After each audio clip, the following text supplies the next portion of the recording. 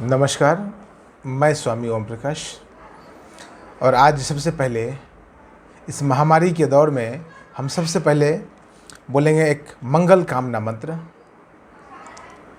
ओम सर्वे भवन्तु सुखिनः, सर्वे सन्तु निरामयाः, सर्वे भद्राणि पश्यन्तु, मा कश्चित् दुःखभाग् भवेत्। ओम शांति शांति शांति। नमस्कार। और आज कोरोना महामारी के दौर में सबसे ज़्यादा जो आवश्यक विषय है वह यह जानना कि कोरोना को विस्तृत तौर से हम कैसे जान सकते हैं। यह जो महामारी आई है इसके बारे में विस्तृत जानकारी हमें कैसे मिले, और विस्तृत जानकारी के बाद हम यह समझेंगे, हम यह जानने का प्रयास करेंगे कि यह इस महामारी के संदर्भ में पूर्व में जो कुछ हमारे संत हुए हैं, जो महात्मा हुए हैं, उन महात्माओं ने कुछ भविष्यवाणी भी की है क्या। तो दोनों बारे में जानेंगे, कोरोना को विस्तार से जानेंगे और उसके साथ ही यह भविष्यवाणी भी जानेंगे कि भविष्यवाणी क्या हुई थी पूर्व और वह कितनी सटीक हुई थी। तो चलिए चलते हैं। सबसे पहले जानते हैं कि महामारी आती कब है। 2-4-5 जो सवाल है, जो मुख्य सवाल है, उसको समझिए ज़रा। महामारी आती कब है, महामारी आती क्यों है, महामारी किसके द्वारा लाया जाता है, महामारी किसके लिए आई है, कहिए कि किसको लेने आई है, और यह महामारी जाएगी कब। वैसे तो सभी सवाल बहुत महत्वपूर्ण हैं, लेकिन यह जो अंतिम सवाल है इसके बारे में अधिकतर लोग जरूर जानना चाहते हैं, है ना। तो चलिए बात करते हैं गहराई से। पहला सवाल है कि महामारी आती कब है। जी हाँ, कोई भी महामारी तब आती है जब प्रकृति को यह लग जाता है कि अब और कोई रास्ता नहीं बचा है जागने और जगाने का। तब प्रकृति महामारी लेकर आती है। महामारी किसी भी रूप में आ सकती है, लेकिन इसका पहचान यह होता है कि बहुत भयावह होती है, बहुत व्यापक स्तर पर आता है।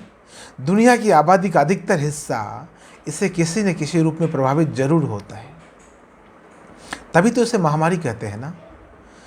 अन्यथा सामान्य रोग को तो हम बीमारी ही कहते हैं। अब सवाल है कि जगना या जगाना महत्वपूर्ण है। जगना इतना महत्वपूर्ण है जिसकी वजह से प्रकृति को महामारी को जन्म देना पड़ता है। जी हाँ, तो जानिए इसके विज्ञान के बारे में, इसके पीछे जो राज है उस राज को समझिए कि जगना और जगाना इतना महत्वपूर्ण क्यों है। इसका विज्ञान यह है कि हमारे शरीर में परमात्मा ने, कि प्रकृति ने 112 चक्र दिया है। हम लोग मूलतः 7 चक्र को समझते हैं ना। वो जो मूलतः जो बड़े बड़े जो मुख्य 7 चक्र हैं, उससे छोटे चक्रों पर अगर हम बात करेंगे तो हमारे शरीर में कुल मिलाकर 112 चक्र हैं, जिस चक्रों से यात्रा शुरू की जा सकती है। शरीर की यात्रा, भीतर की यात्रा शुरू की जा सकती है। कहिए कि जगने की यात्रा, जगाने की यात्रा शुरू की जा सकती है। साथ ही हमारे शरीर में जो 112 चक्र होते हैं, उसके साथ ही आपने विज्ञान भैरव तंत्र नामक पुस्तक को पढ़ा होगा, हो सकता है देखा होगा, सुना होगा, उसके बारे में जानकारी होगी आपको। विज्ञान भैरव तंत्र में भी मूलतः 112 विधियों का जिक्र किया गया है। अब समझिए, हमारे शरीर में 112 चक्र हैं। विज्ञान भैरव तंत्र में भगवान शिव माँ पार्वती से 112 विधियों की बात करते हैं। ठीक उसी प्रकार महर्षि पतंजलि योग सूत्र में 112 विधियों की बात करते हैं, जिन विधियों के माध्यम से जगना और जगाना संभव हो सकता है। वैसे तो महर्षि पतंजलि ने पतंजलि योग सूत्र में 195 सूत्र का जिक्र किया है, लेकिन 112 विधियां ऐसी हैं, 112 सूत्र ऐसे हैं जिनसे जागना संभव हो सकता है। आखिर 112 का हिसाब क्या है। इसके 112 का हिसाब यह है कि जो हमारे शरीर में मौजूद चक्र हैं, जो 112 विधियां हैं, जो 112 सूत्र हैं, वह कहीं ना कहीं संकेत है कि प्रकृति 112 साल के भीतर, लगभग 112 साल के अंतराल में स्वयं की सफाई करती है, स्वच्छता अभियान चलाती है, स्वयं की क्लींजिंग करती है। और इसीलिए प्रकृति को महामारी को लेकर आना पड़ता है। चलिए आगे चलते हैं और भी बात करेंगे इस मुद्दे पर। लेकिन जो मुख्य बात वह यह है कि प्रकृति इतना कुछ हमें बताती है, इतने अलग अलग संकेत करती है, बावजूद इसके लोग जग नहीं पाते हैं। यह मुख्य सवाल है। इतने तरीके की पद्धति लोगों ने दी है, हमारे संतों ने, महात्माओं ने बताई है, भगवान शिव से लेकर महर्षि पतंजलि तक अनेक अनेक संतों ने इस पर अलग अलग बातें कही हैं, बावजूद इसके हम जग नहीं पाते। यह बहुत महत्वपूर्ण सवाल है। तो प्रकृति समझ लेती है कि अब इन्हें जगाने से अच्छा है मिटाना। समझिए इस बात को। प्रकृति क्या मान के चलती है? प्रकृति मौका देती है जगने का, जगाने का, उसकी विधि बताती किसी न किसी संतों के माध्यम से, महापुरुषों के माध्यम से।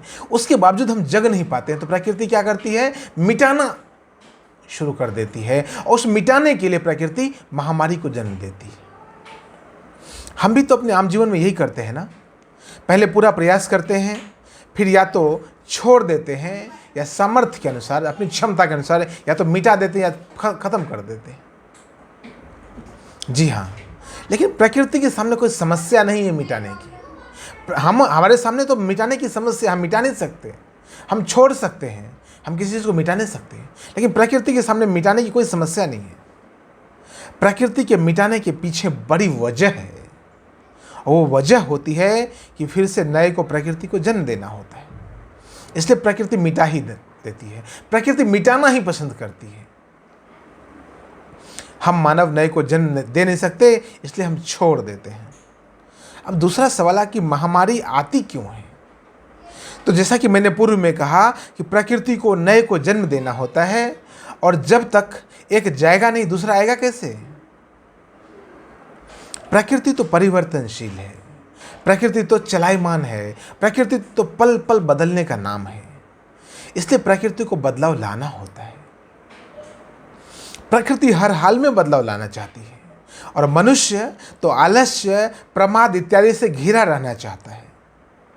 मनुष्य तो जहां पहुंच गया वहां से हिलना तक नहीं चाहता है। एक उदाहरण के द्वारा समझिए, कोई भी व्यक्ति दुनिया में मरना नहीं चाहता है, जबकि जानता सब है, मानता सब है, सुनता सब है, बोलता सब है कि मृत्यु तो निश्चित है, शरीर तो समाप्त होने वाला, लेकिन मरना कोई नहीं चाहता।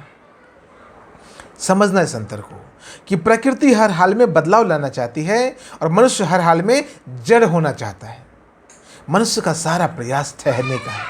मनुष्य का सारा प्रयास अपने लिए, अपनों के लिए एक ऐसा माहौल बनाने का है जो कि कभी बदले ही नहीं। एक शराबी भला कभी भी नशे से बाहर आना चाहता है क्या? नहीं। ठीक वैसे ही सामान्य लोग भी कभी जागना नहीं चाहते। सामान्य लोग कभी जगना नहीं चाहते। इसीलिए तो संतों को पीड़ा होती है, संतों को परेशानी होती है। आपने देखा विवेकानंद को?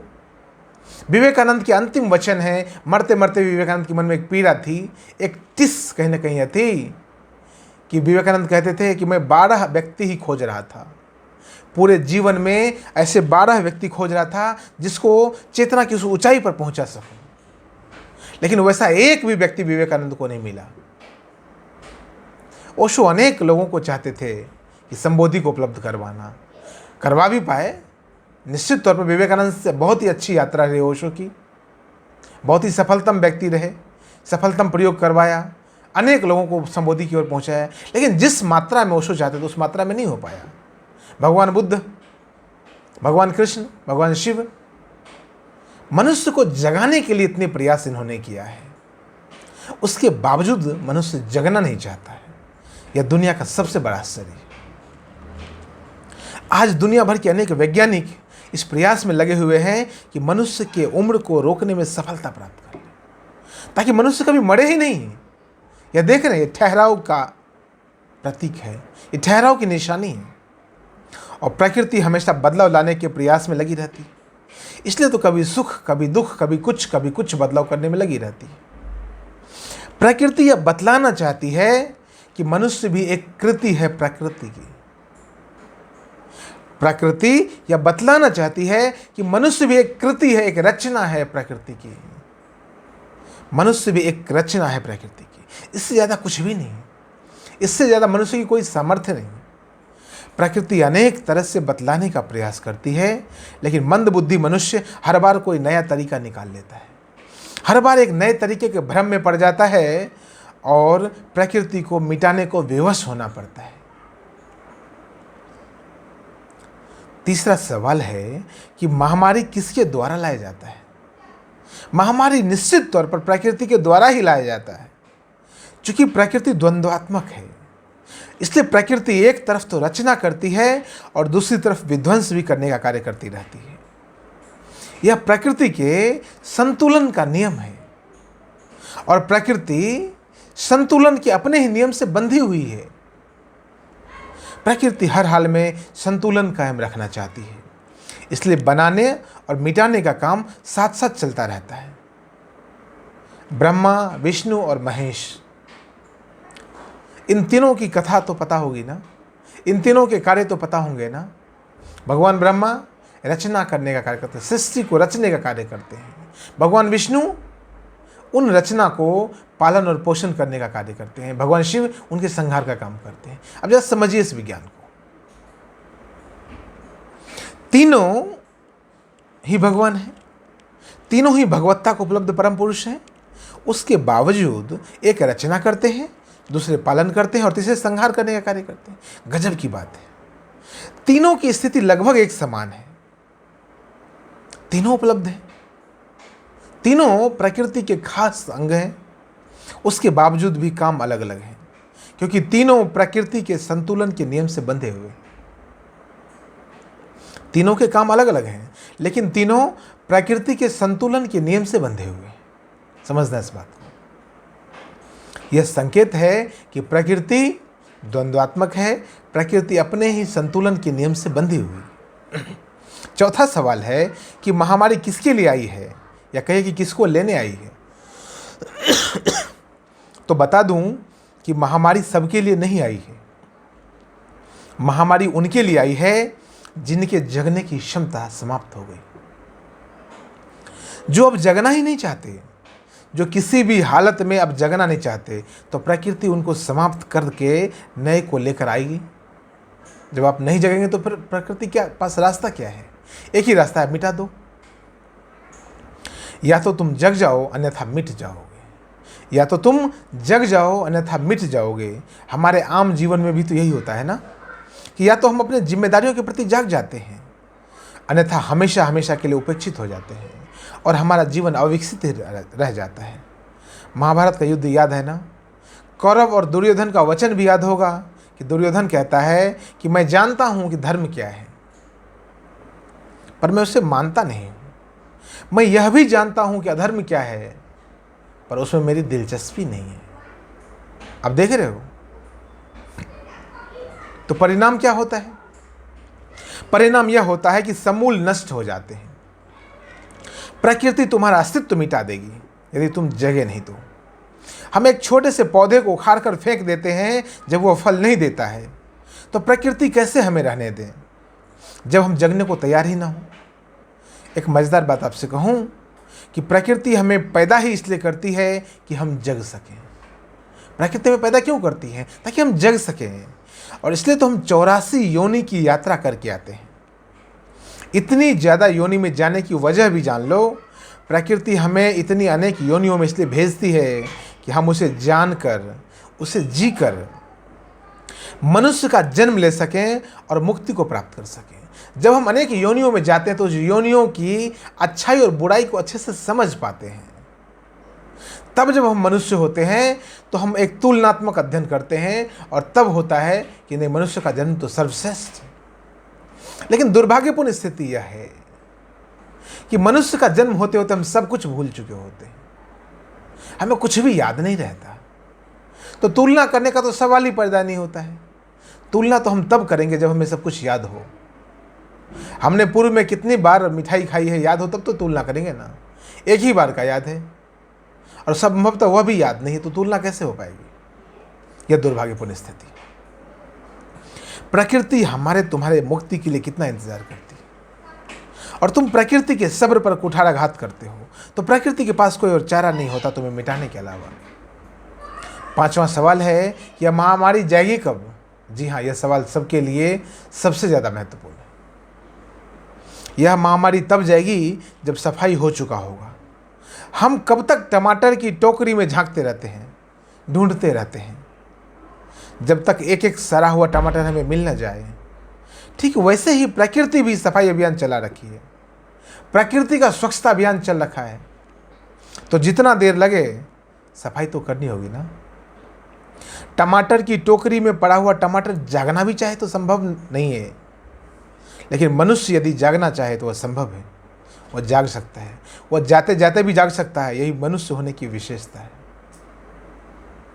लेकिन शुरू में जो मैंने आपको कहा था कि इससे बचने का रास्ता क्या है, और भविष्यवाणी किन संतों ने की थी, मैं आपको बताऊं।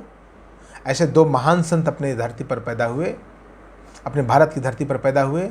उनका नाम पंडित श्रीराम शर्माचार्य और परम गुरु ओशो है, जिन्होंने पूर्व में भविष्यवाणी की थी कि आने वाला समय बहुत विकट स्थिति को लेकर आएगा।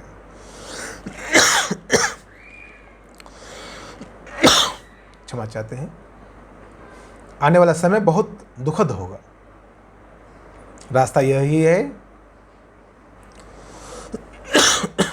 कि हम जाग पाएं। यदि हम जाग पाते हैं तो हम जी सकते हैं। जागने के अनेक रास्ते हैं, योग, ध्यान, समाधि, अनेक रास्ते हैं। किसी सदगुरु की शरण में जाया जा सकता है, लेकिन अब काफ़ी देर हो गया है। अब उससे काम बनेगा नहीं। अब तो स्वयं ही जागना पड़ेगा। अब तो स्वयं ही छलांग लगानी होगी आपको। अब और कोई रास्ता नहीं दिखता मुझे। प्रयास करना होगा। अंतिम समय है, विदाई का समय आ चुका है। स्वयं ही छलांग लगाओ, डूब जाओ। किसी भी एक चीज को पकड़ो और उसी में पूरी तरह से डूब जाओ। संभव है कि मुक्ति को पा जाओगे, अन्यथा और कोई मार्ग नहीं। जागना ही एक मार्ग हो सकता है, और समय बहुत कम है, तो स्वयं ही जागना हो सकता है। अपने कर्तव्यों के प्रति जाग जाओ।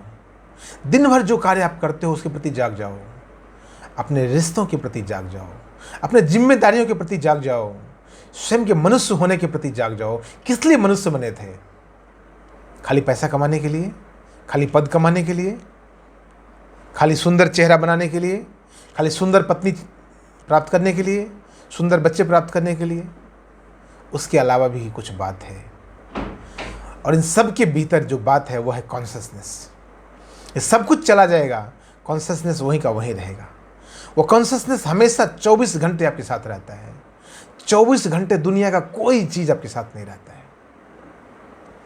कोई संबंध आपके काम नहीं आता 24 घंटे, लेकिन आपका कॉन्शसनेस 24 घंटे आपके काम आता है। आपकी चेतना 24 घंटे आपके साथ काम करती रहती है। तो जाग सकते हैं, और जागने के लिए किसी संतों का सहारा भी ले सकते हैं। जितना समय है उस समय में जो किया जा सकता है वो करें। जागने की ओर अग्रसर हों तो संभव है कि आपका जीवन जाग जाए, और जाग कर जब यात्रा करेंगे तो संभव है कि आप बच जाएं, अन्यथा काल के शिकार होकर ही रहेंगे। इस वीडियो में इतना ही, लेकिन यदि आपको मेरी बात अच्छी लगती है, आप जीवन के संबंध में कुछ जानना चाहते हैं, जीवन के संबंध में कुछ प्रयोग करना चाहते हैं, तो आपका स्वागत है। आप मेरे YouTube चैनल को सब्सक्राइब करें, कमेंट करके बताएं आपको कैसा लगता है वीडियो। आप व्हाट्सएप कर सकते हैं, मेरा नंबर उपलब्ध है। आप किसी भी तरह का सहयोग चाहते हैं तो आप प्राप्त कर सकते हैं। इस वीडियो में इतना ही। बहुत बहुत धन्यवाद। नमस्कार।